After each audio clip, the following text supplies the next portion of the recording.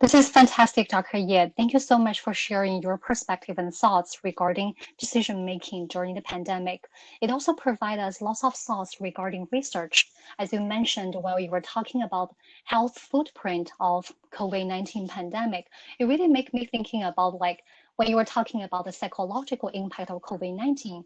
I'm working on a research to measure the impact of COVID-19 on refugees, and I do find that around almost 30% of the refugee population experienced a different type of discrimination during the pandemic. That definitely gave me some like strength and power to continue this research to talk about the long-term impact regarding their mental health. Thank you so much, Dr. Ye.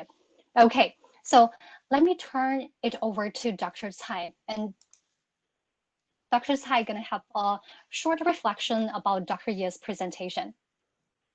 Thank you for your invitation, and thank you all the speakers for wonderful talk. The one thing that I'm happy about after sitting here listening to all the wonderful talk is that I'm no longer a member of the academia. I don't have to sweat myself doing all the hard work, and I'm just sitting here enjoying critiquing other people's work. So that makes me a little bit happy. So I think Winnie touched on a lot of good points, and she raised two important questions. One is a policy question.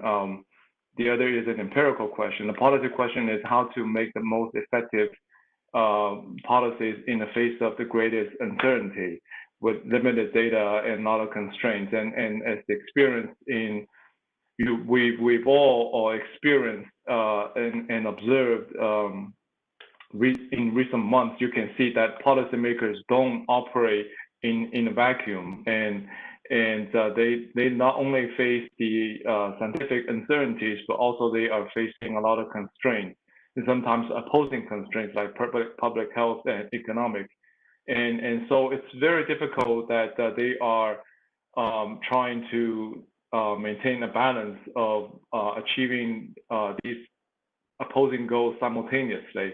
And sometimes, for the convenience, they will just sacrifice one and just for the sake of the other.